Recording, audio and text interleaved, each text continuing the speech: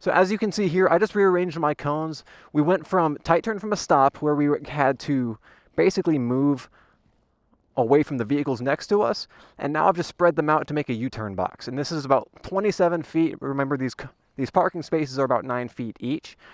The goal is to do this U-turn in less than 20 feet, but you're practicing in 30-ish, and then you want to be able to refine your skills. I don't expect you to be good at this. The reason why I was saying that the tight turn from a stop was old information repurposed, but this is a skill that you practice in that orientation, because a U-turn is just 2 tight turn from a stops. That's all it is. You do a tight turn from a stop, and then you do another one, and that's how you finish your U-turn.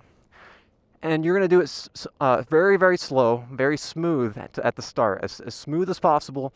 And as you get better and more comfortable with it, that smooth, good fundamentals are going to transition into speed. So slow is smooth, smooth is fast. So you're going to approach the U-turn box. We're stationed out right here.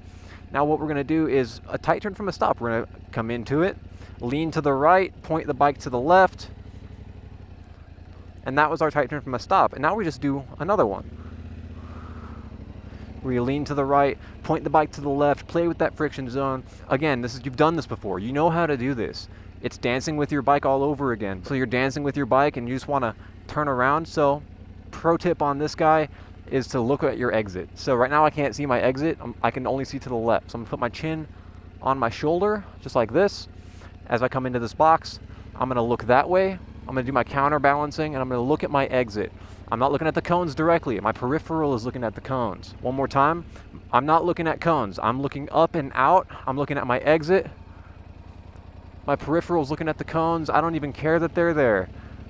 Slow is smooth. Smooth is fast. So I'm going to come out here and do it real slow again. We're going to do some body weight, do some counterbalance, do some clutch work. Real slow.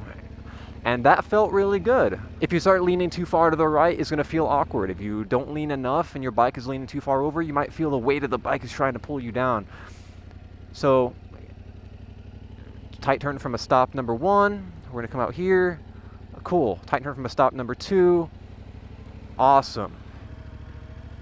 Now, if you get really comfortable with your left-handed U-turn, go ahead and try the right-handed U-turn. We're going to do a tight turn from a stop, point the bike to the right, lean to the left, come off that clutch a little bit, get that power going, but it's that same concept. You're going to do a right turn, you're going to do a tight turn from a stop, and then another tight turn from a stop, and you're just going to keep on practicing that. Like I mentioned with the tight turn from a stop, it's a skill that you're going to have to practice, because the next lesson is going to be using that same strategy and just taking it up another notch. So practice that one again as much as you need to. Once you feel comfortable with your U-turns, then you can go on to the next level. We're going to be doing figure 8s.